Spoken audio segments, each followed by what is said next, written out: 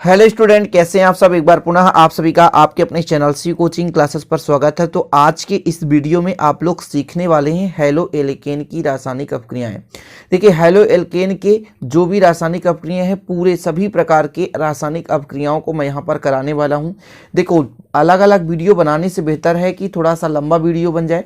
इसमें जो भी 5 से 10 रासायनिक अपक्रियाएं आपको पढ़ना है, जैसे ब्रूटज अपक्रिया है ना, विलियमसन संश्लेषण विधि, फ्रैंकलैंड अपक्रिया, फ्रीडल क्राफ्ट अपक्रिया, हैलोजनीकरण अपक्रिया, और जैसे मैग्नीशियम के साथ क्रिया, धातुओं के साथ क्रिया, जल अपघटन, एल्कीन का बनना, अपचयन, ये प्रमुख अपक्रियाएं हैं जिनको आज मैं कराने वाला हूं। तो वीडियो को अंत तक देखते रहना। थोड़ा सा लेंदी रहेगा स्टूडेंट, लेकिन आप अंत तक देखोगे तो बेहतरीन ढंग से पूरा समझ जाओगे।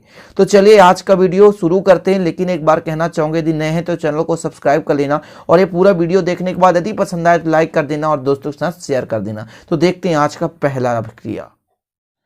तो पहला है आपका रासायनिक अपक्रिया है अपचयन। अपचयन में क्या होता है?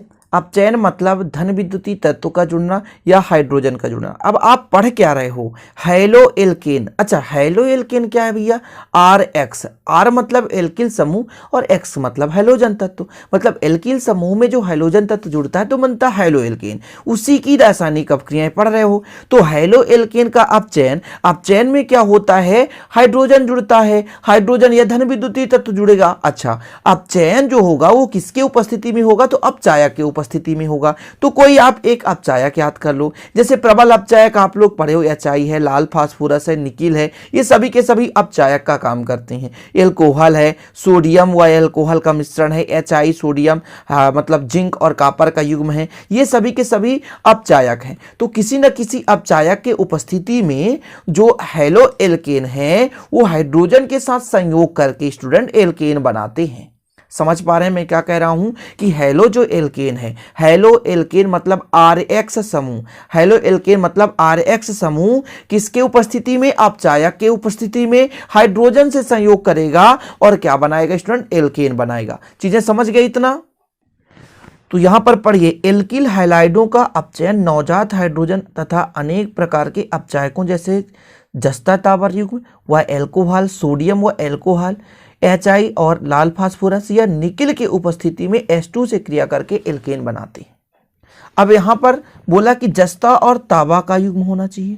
या तो आप एल्कोहल है ना ले लेते हैं, या तो सोडियम एल्कोहल का युग्म ले लें, या HI और लाल फास्फोरस का युग्म ले लें, या तो निकिल ले लें। कोई भी एक अपचायक आप ले लो और उस अपचायक के उपस्थिति में अपचयन की क्रिया करा दो तो एल्केन बनाएगा। अब जैसे रिएक्शन मैं आपको करा के दिखाता हूं, रिएक्शन करा रहा हूं, ध्यान दीजिएगा। एल्किल हैलाइड, जैसे एल्किल समूह, जैसे आप ले लिए एथिल समूह C2H5 और इसमें जोड़ दिए आयोडीन, तो एथिल आयोडाइड बन गया। यही है क्या स्टूडेंट? Hello alkene. आप नवजात हाइड्रोजन की क्रिया करा दो। नवजात मतलब ये सिंगल H के रूप में पाया जाएगा, 2 हाइड्रोजन की आवश्यकता होगी। इसमें हमने किसकी उपस्थिति ले लिया? कोई भी। जैसा पहला हमने जस्ता और कॉपर युग्म, तो यहां पर लिख सकते हैं जिंक और कॉपर युग्म। ठीक है, ये दोनों आपका क्या है स्टूडेंट? और इसके साथ एल्कोहल ले लो। क्या? एल्कोहल। एल्कोहल ये आपका अपचायक का काम करेगा। तो इसमें होगा क्या कि यहां से आयोडीन निकलेगा और हाइड्रोजन जाके जुड़ जाएगा, तो C2H6 बन जाएगा। सिंपल है। अब ये एल्केन समूह बन गया, क्योंकि 2 कार्बन है तो एथेन बना, और यहां से एक हाइड्रोजन आयोडीन से क्रिया करके HI बनाया, तो ये हाइड्रोजन आयोडाइड हो गया। तो ये बन गया आपका क्या? मेथ H से कहलाता है एथेन। क्या कहलाता है स्टूडेंट? एथेन। और यहां पर आपका है एथिल आयोडाइड, एथिल आयोडाइड। अच्छा, नाम क्यों करा रहा हूं, है ना, कि नाम आपको पता होना चाहिए।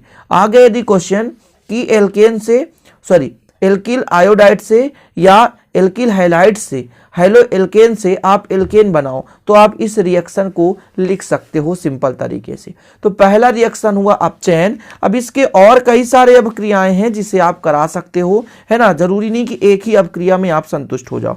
चलिए, तो अगला अपक्रिया करा दें। जैसे मैं इसको आयोडाइड लिया था, यहीं पे ले लूँ C2H5 और ये Br यहाँ पे जोड़ दूं और इसकी क्रिया H2 से करा दूं। इसमें उत्प्रेरक मैं निकिल ले सकता हूं, निकिल भी एक अपचायक है।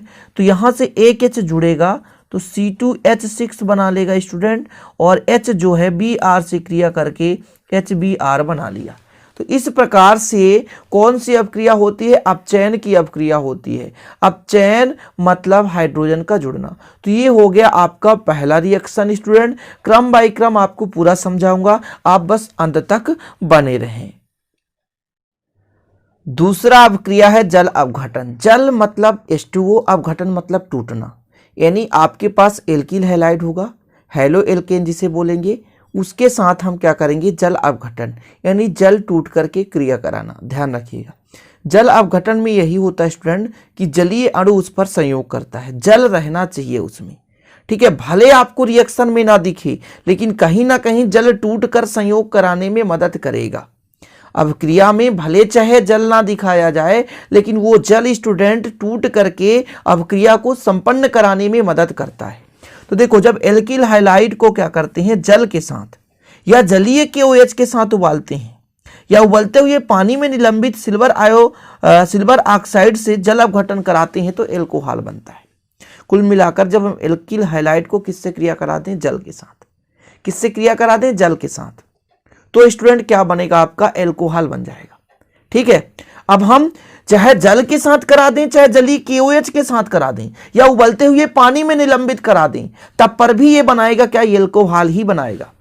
चाहे मैं आपको दोनों क्रिया करा के दिखा दूं, डायरेक्ट जल से भी क्रिया करा दूं या जलीय KOH के साथ क्रिया करा दूंगा स्टूडेंट, फिर भी आपका क्या बनेगा? जलीय KOH के साथ क्रिया कराऊंगा, फिर भी वो बनाएगा एल्कोहल। चलिए मैं करा के आपको दिखा दे रहा हूं।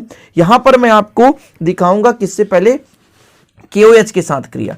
तो कोई भी आप ले लें, जैसे मैं यहां पर लेता हूं C2H5 और यहां पर ले लेता हूं Br, है ना, ये हो जाएगा एथिल ब्रोमाइड। इसकी क्रिया स्टूडेंट KOH के साथ करा देता हूं।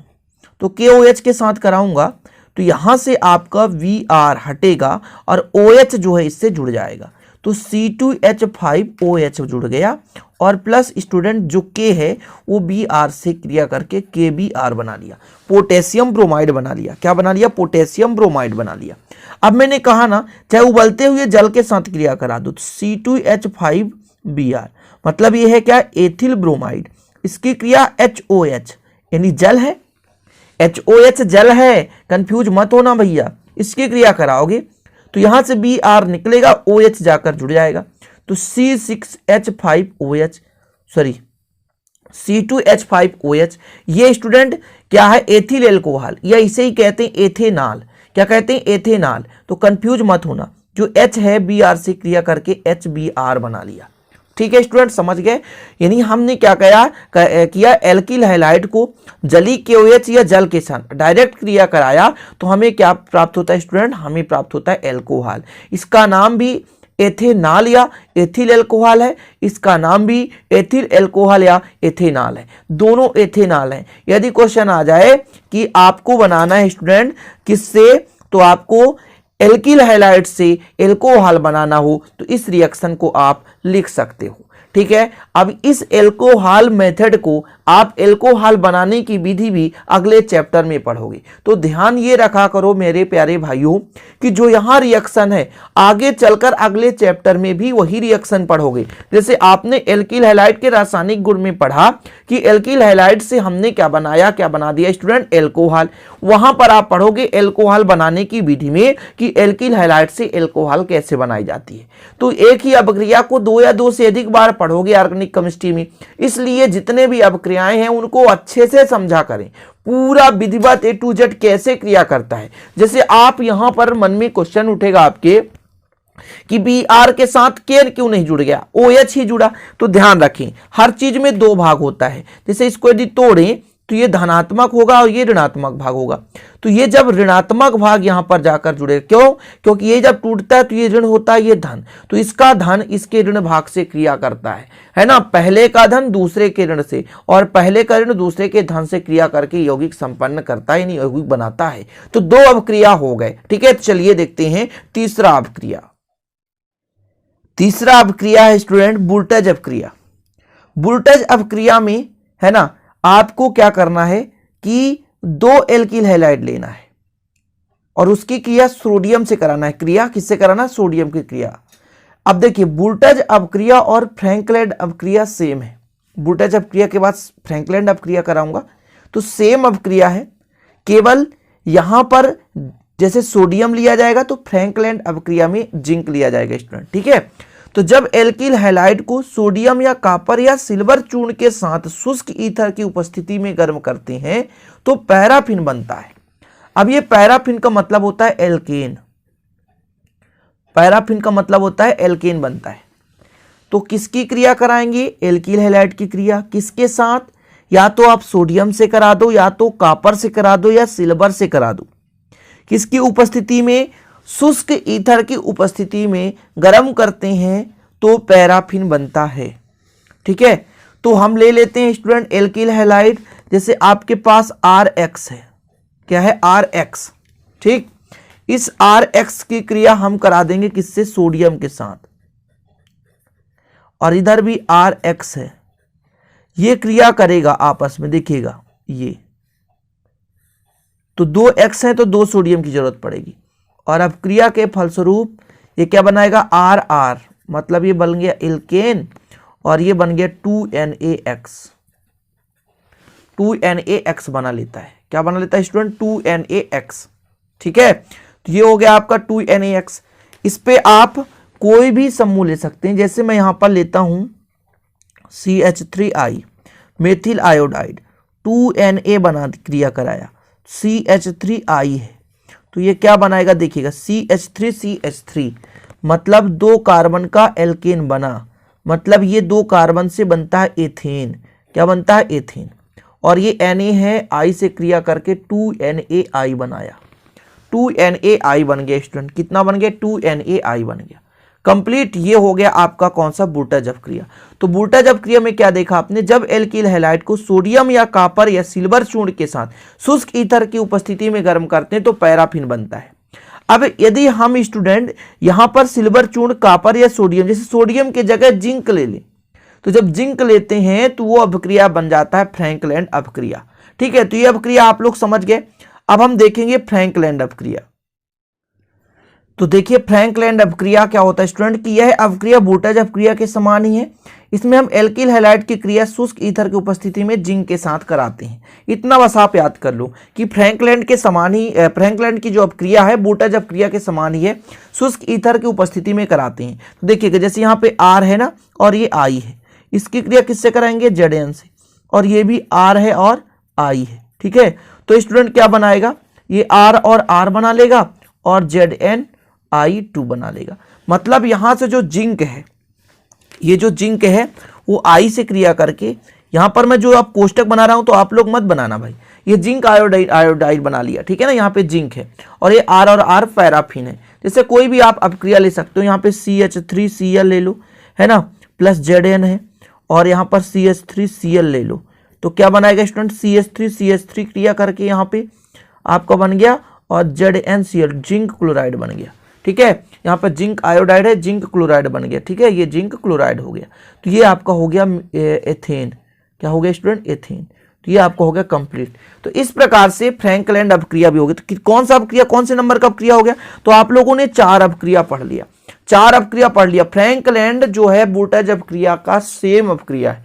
बुर्टाजफ अपक्रिया में सोडियम लिए थे, कॉपर या सिल्वर चूर्ण ले सकती हैं, लेकिन यहां पर स्टूडेंट जो फ्रैंकलैंड अपक्रिया है, फ्रैंकलैंड अपक्रिया में हम सोडियम के जगह जिंक का प्रयोग किए हैं और कुछ भी नहीं, सेम अपक्रिया है।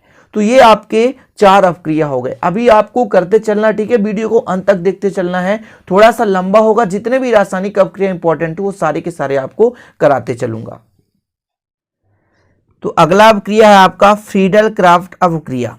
फ्रीडल क्राफ्ट अपक्रिया में देखना है कि एल्किल हैलाइड निर्जल एल्यूमिनियम क्लोराइड की उपस्थिति में बेंजीन से क्रिया करके एल्किल बेंजीन बनाते हैं। क्या पढ़ रहे हो आप? फ्रीडल क्राफ्ट अपक्रिया कि एल्किल हैलाइड निर्जल एल्यूमिनियम क्लोराइड की उपस्थिति में बेंजीन से क्रिया करके एल्किल बेंजीन बनाते हैं। अब देखिए एल्किल हैलाइड का सूत्र क्या है, जैसे मैं यहां पर कह रहा हूं CH3Cl, ये एल्किल हैलाइड है, जी हाँ। इसकी क्रिया किससे करा दो? बेंजीन से क्रिया करा दें। बेंजीन का स्ट्रक्चर आप लोगों ने पढ़ा होगा, इस प्रकार से ये बेंजीन है, ये क्या है? बेंजीन है। इसकी क्रिया किसके उपस्थिति में करा दें? निर्जल AlCl3, निर्जल होना चाहिए, निर्जल AlCl3 की उपस्थिति में करा दो तो क्या बनता है स्टूडेंट? Alkyl benzene. एल्किल जुड़ जाए बेंजीन के साथ, इसका नाम एक टॉलुईन है। एल्किल बेंजीन यानी CH3 यहां पे जुड़ गया, CH3 यहां पे जुड़ा। अच्छा यहां पर जुड़ा तो यहां पर एक हाइड्रोजन है, तो वो हाइड्रोजन निकलेगा और क्लोरीन से क्रिया करके HCl बन जाएगा। अब यहां पर क्योंकि स्टूडेंट ये HCl कैसे बन गया, तो इसको थोड़ा अच्छे से लिख लो, कंफ्यूज ना हो आपको। HCl बन गया तो यहां से हाइड्रोजन निकला और क्लोरीन से क्रिया करके HCl बन गया। हर कार्बन के पास एक एक हाइड्रोजन होता है, बेंजीन रिंग में प्रत्येक कार्बन के पास एक एक हाइड्रोजन होता है।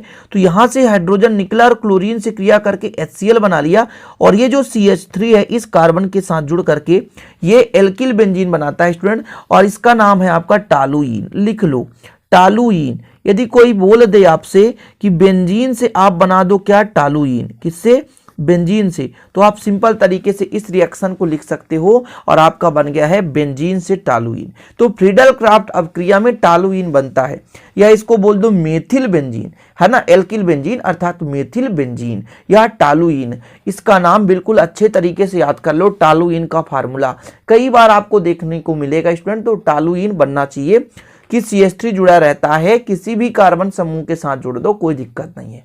अब आप लोग कंफ्यूजन होगा कि यार सर शीर्ष यही है, ऐसा नहीं है। जहां से आप मान लो क्रियात्मक समूह जोड़ दोगे वहीं से वो शीर्ष कहला जाएगा, वहीं से वो शीर्ष बन जाता है, ठीक है। तो जहां भी आप कार्बन समूह जोड़ दोगे वही ये शीर्ष बन जाएगा।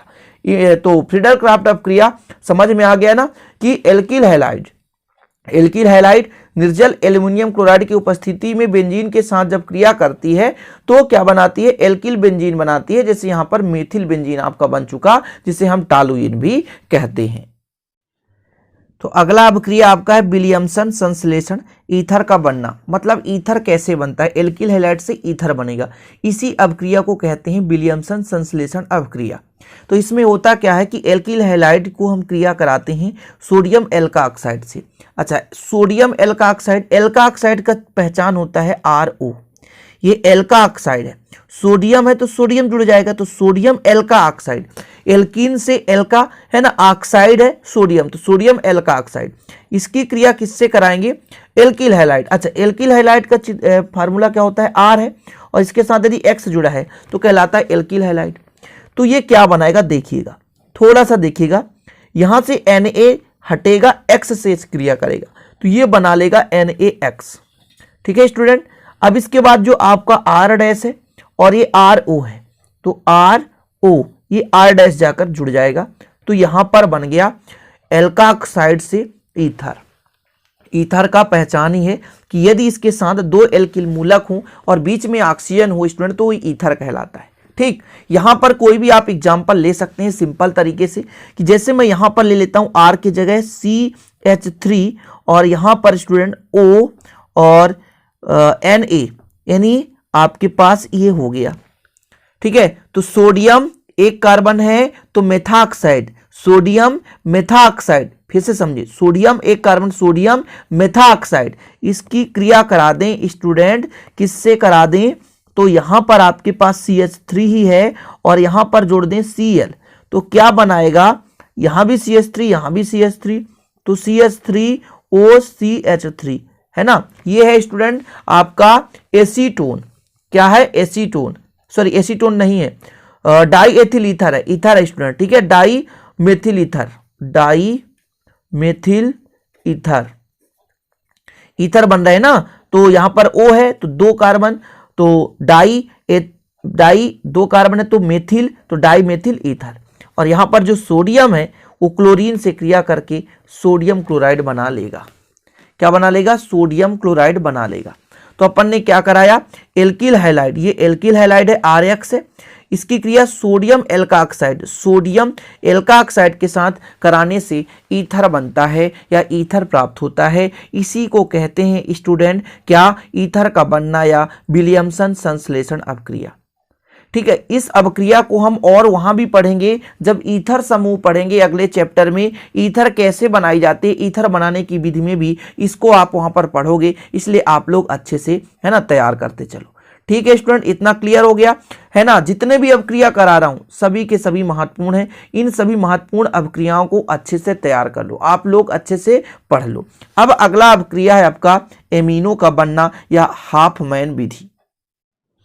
तो ये रहा है आपका एमिनो का बनना और हाफ मैन अपक्रिया। इसमें क्या होता है कि एल्किल हैलाइड की क्रिया अमोनिया के जली अथवा एल्कोहली विलयन के साथ हम एक बंद नली पर रखकर 100 डिग्री सेल्सियस ताप पर गर्म करते हैं तो विभिन्न प्रकार की यौगिक प्राप्त होता है। जैसे प्राथमिक एमीन बन जाता है, द्वितीयक एमीन भी बनता है, तृतीयक एमीन भी बनता है। ठीक है स्टूडेंट, समझ रहे हैं ना। जैसे एक एल्किल समूह है तो आपका प्राथमिक एमीन है, 2 एल्किल समूह जुड़ गया द्वितीयक एमीन है, 3 एल्किल समूह जुड़ गया तृतीयक एमीन है। ठीक है ना। और एक चतुष्क यौगिक भी बन जाता है कभी कभी, मतलब 4 एल्किल समूह जुड़ जाता है। तो इस स्थिति में पॉजिटिव निगेटिव की कंडीशन आ जाती है। तो हम यहाँ पर एमीन बनाएंगे सिंपल तरीके से।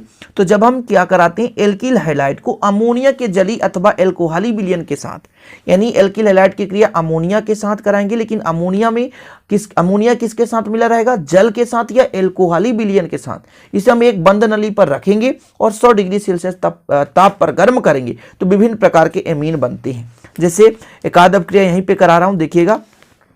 आपका कोई भी एल्किल हैलाइड ले लें, C2H5I, ये क्या है स्टूडेंट, ये है एथिल आयोडाइड। इसकी क्रिया हम अमोनिया से कराते हैं, NH3। ठीक है, NH3। तो देखिएगा यहां से C2H5 रहेगा और यहां से एक हाइड्रोजन निकल जाएगा तो बचेगा NH2। ठीक है, और ये जो हाइड्रोजन है I से क्रिया करके HI बना लेता है। क्या बना लेता है, HI। क्या बना लिया भैया, HI बन गया आपका। ठीक है, ये HI बन गया। अब इसके बाद ये पुनः C2H5 है आपके पास, NH2 है, इसकी क्रिया पुनः हम इसी से करा दें, जैसे C2H5I से करा दें। देखिएगा प्यारे भाई, यहां से एक हाइड्रोजन और निकल जाएगा और यहां पर 2 एल्किल समूह बन जाएगा, होल ट्वाइस।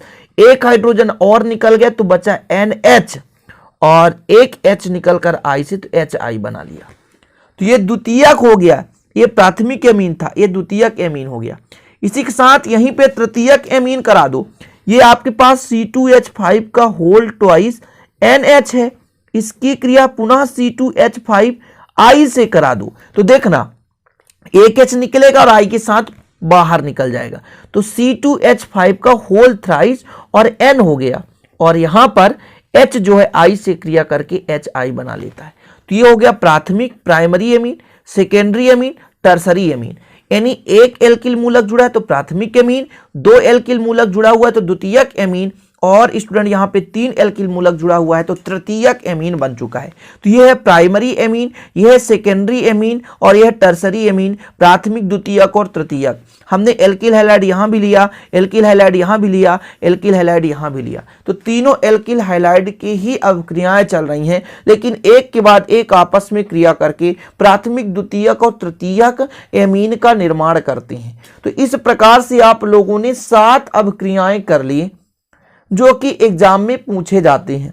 यहां से ही एग्जाम में क्वेश्चन पूछा जाएगा। इसके अलावा ऐसे कोई भी अवक्रियाएं नहीं है स्टूडेंट जो पूछा गया हो। जो मोस्ट इंपॉर्टेंट है, अपचयन पढ़ा दिया मैंने, जल अपघटन करा दिया, ईथर का बनना करा दिया, फ्रीडल क्राफ्ट करा दिया, बूटेज अपक्रिया करा दिया, फ्रैंकलैंड अपक्रिया करा दिया और एमीन का हाफ मैन विधिवी अपक्रिया करा दिया।